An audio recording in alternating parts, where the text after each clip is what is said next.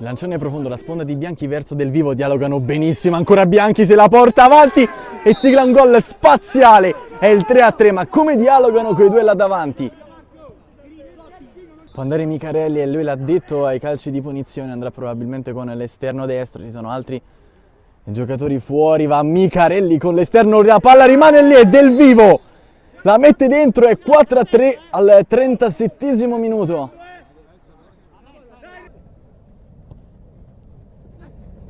Il lancio è profondo, palla che viene svirgolata e Del Vivo si tuffa sul pallone e mette giù il portiere e sigla un altro gol scatenato, è lui il man of the match.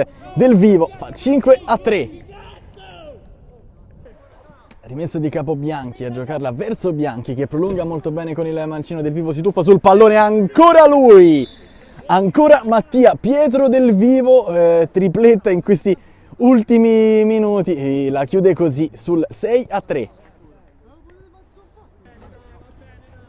Poi la rimessa verso Bianchi, la difende lui, verticalizza improvvisamente verso Del Vivo che si gira, ancora Del Vivo che fa 4 gol nel giro di 10 minuti, scatenato, fissa ancora il punteggio sul 7-3.